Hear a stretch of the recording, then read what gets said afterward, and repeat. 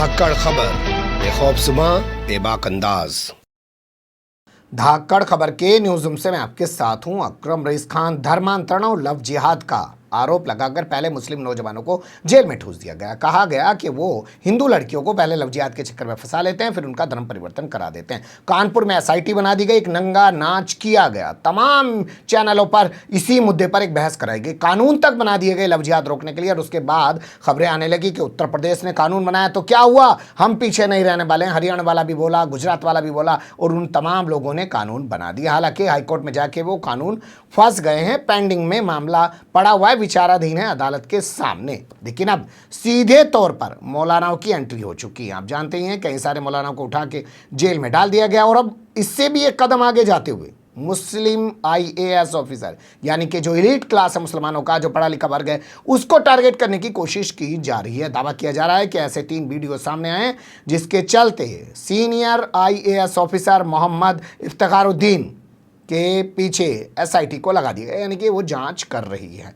तो ये दोनों चीज़ें मैं आपके सामने रखूं तो 2 सवाल आपके जहन में आने चाहिए। पहला सवाल ये कि मौलाना कलीम सिद्दीकी के मामले में फिलहाल जांच किस तरीके से आगे बढ़ रही है, क्या क्या चीज़ें उभर कर सामने आ रही है। इसके अलावा दूसरा सवाल आपके जहन में ये होना चाहिए कि जो ताज़ा नाम उभर के आया है सीनियर आईएएस ऑफिसर का, मोहम्मद इफ्तिखारुद्दीन का, उनके मामले में आखिर किस तरीके से कार्रवाई आगे बढ़ रही है, क्या क्या क्या चीज़ें उभरकर सामने आ रही हैं। तो 4 अपडेट्स हैं मेरे पास, यानी कि 4 खबरें हैं मेरे पास। बारी बारी से उन्हें आपके सामने रखने की कोशिश करता हूं। चलते हैं पहली तस्वीर की तरफ।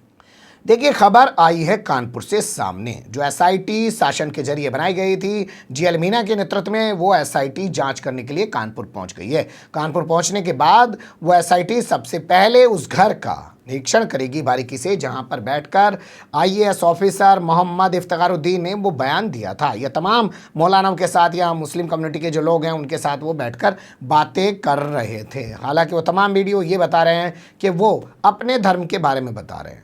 ये किसी के धर्म को बुरा तो नहीं कर रहे हो। अपने धर्म की तारीफ करना कितना गलत या कितना सही है, ये तो जांच का विषय हो सकता है, या जांच के बाद ये तय किया जा सकता है, एसआईटी बता सकती है। लेकिन बताया जा रहा है कि उस कक्ष का, उस हॉल का, कि वहाँ पे उन्होंने कितनी मीटिंगें की, कैसे की, वो कहाँ बैठते थे, ये कहाँ बैठते थे, ये सब जाँच की जाएगी। इसके अलावा बताया जा रहा है कि जो वीडियो में मौलाना या मुस्लिम कम्युनिटी के लोग दिखाई दे रहे हैं उनको चिन्हित किया जाएगा। उनको चिन्हित करने के बाद उनसे पूछताछ की जाएगी और पता लगाया जाएगा कि आखिर वो किस तरीके से एक सीनियर आईएएस ऑफिसर के साथ मिलकर धर्मांतरण का खेल चला रहे थे। हालांकि अभी तक कोई आंकड़ा तो सामने आया नहीं, जैसे मौलाना उमर गौतम के मामले में सामने आ गया था, जैसे मुफ्ती काजी जहांगीर आलम के मामले में सामने आ गया था कि इन्होंने 1000 मूक बधिर, यानी कि जो बोल और सुन नहीं सकते उन लोगों का धर्म परिवर्तन करके उनको मुसलमान बना दिया। इनके मामले में अभी कोई फिगर नहीं आई। ये हो सकता है एसआईटी की जाँच के बाद कोई फिगर सामने आ जाए।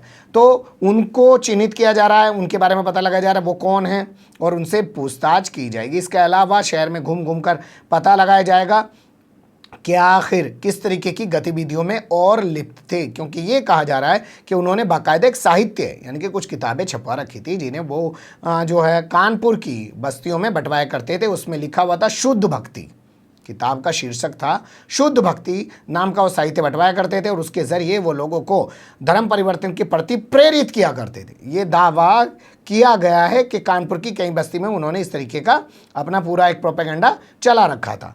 तो अब वो तमाम किताबें भी कलेक्ट की जा रही हैं जो उनके जरिए बंटवाई गई थी। किन किन लोगों को वो किताबें बंटवाई गई हैं जो हिंदू समुदाय से जुड़े हुए हैं, उनकी भी जो है पहचान करने की कोशिश की जा रही है, उनसे भी बातचीत करने की कोशिश की जा रही है। तो एसआईटी फिलहाल यही करती हुई दिखाई दे रही है। इसके अलावा भोंपू मीडिया और उसके दलाल चटुकर दंगे पत्रकारों को आप देख ही रहे होंगे, वो पहुंच गए हैं आईएएस ऑफिसर यानी कि मोहम्मद इफ्तिखारुद्दीन के घर। उनकी बहन वहाँ मिली है, उनसे बातचीत करने की कोशिश करें, वो इनकार कर रही हैं। आईएएस इनको अभी मिल नहीं पाए हैं और तू तड़ाक पे हमेशा की तरह जैसे वो आ जाते हैं कि कहाँ भाग गया मोहम्मद इफ्तिखारुद्दीन, क्यों जवाब नहीं दे रहा है मौलाना साद, क्या कह रहा है मौलाना कलीम सिद्दीकी। उसी वाले स्टाइल में वो अपनी जर्नलिज्म को, जिसे वो कहते हैं दलाली चाटुकारी, असल में वो है, वो करने की कोशिश कर रहे हैं। अब चलते हैं दूसरी खबर की तरफ।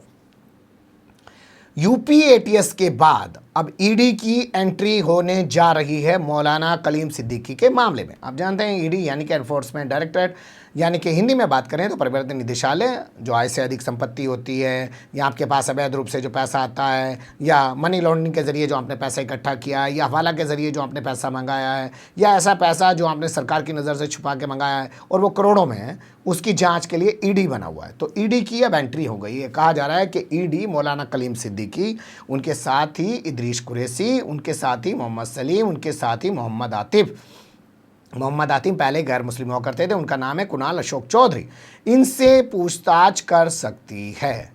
पता लगाने की कोशिश करेगी कि आखिर उनके खातों में जो 20 करोड़ रुपए आए हैं और इन्होंने जो मकान बनाए और तमाम प्रॉपर्टी बनाई है वो आखिर किस आधार पर इन्होंने पैसा लिया और कौन कौन लोग इस पैसा देने में शामिल थे। इसके अलावा बताया जा रहा है यूपी एटीएस जो है वो मौलाना कलीम सिद्दीकी को पिछले 10 दिनों के रिमांड पे ले चुकी है और इन तीनों को भी, यानी कि मोहम्मद इदरीस कुरैशी को भी, मोहम्मद सलीम को भी और मोहम्मद आतिफ को भी वो रिमांड पर ले आई है और आमने सामने बैठा के, यानी कि मौलाना के आमने सामने बैठा के इनसे बातचीत करेगी, पूछताछ करेगी और आपस में इनके सवाल और जवाब जो भी है वो क्रॉस चेक करने की कोशिश करेगी। आप लोग जानते ही हैं मौलाना उमर गौतम और काजी मुफ्ती जहांगीर की गिरफ्तारी के बाद मौलाना कलीम सिद्दीकी की गिरफ्तारी की गई है। उन पर आरोप लग रहा है कि वो एक धर्म परिवर्तन का बहुत बड़ा नेटवर्क पिछले काफ़ी समय से चलाते आ रहे हैं। कई और लोगों को भी बताया जा रहा है यूपी एटीएस ने पूछताछ के लिए उठा लिया है, हालांकि उनके नाम अभी क्लियर नहीं किए गए हैं। उनके परिवार के लोग भी सामने नहीं आ पाए हैं जो बता सकें आखिर किन किन को उठाया गया है, लेकिन कई और लोगों की गिरफ्तारियां की गई है, कुछ की दिल्ली से, कुछ की पश्चिम उत्तर प्रदेश से।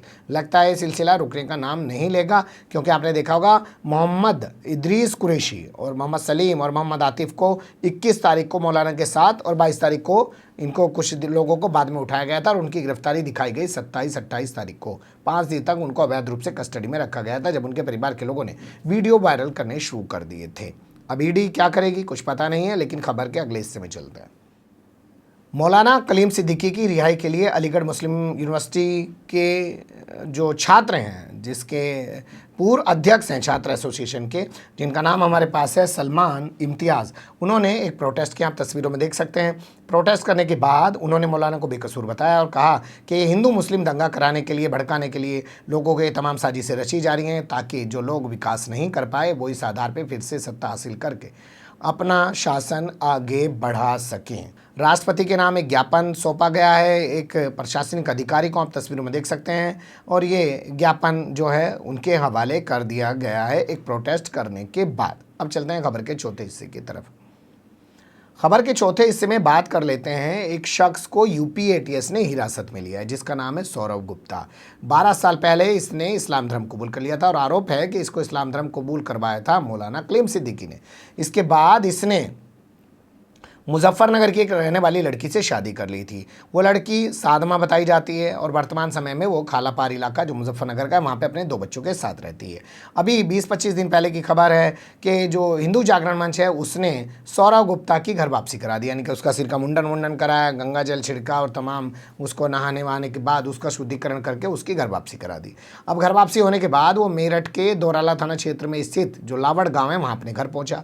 परिवार के साथ वो रहने की कोशिश कर रहा है, लेकिन परिवार के लोग उसका यकीन नहीं कर रहे हैं। परिवार के लोगों का कहना है जब तू हमें छोड़ के चला गया उस टाइम, आज तू उस औरत को और उन 2 बच्चों को छोड़ा है जो तेरे अपने बच्चे हैं, तो तू किसी का लगा सगा नहीं। मतलब देहाती भाषा में मैं आपको बता रहा हूँ, परिवार के लोग क्या कह रहे होंगे वो एक अलग मसला है, लेकिन कुल मिला के जो बताया जा रहा है कि परिवार के लोग उसे अपनाने को, उस पर भरोसा करने को तैयार नहीं है। वैसे आप इसके पीछे एक चीज़ और भी समझ सकते हैं, अरे यार ये वापस आ गया अब आके ज़मीन में और घर में हिस्सा मांगेगा, ये भी तमाम चीज़ें होती हैं ना। ये पारिवारिक दुश्वारियाँ हैं भारतीय समुदाय के साथ, क्या किसी भी समुदाय के साथ हैं, वो भी हो सकती हैं।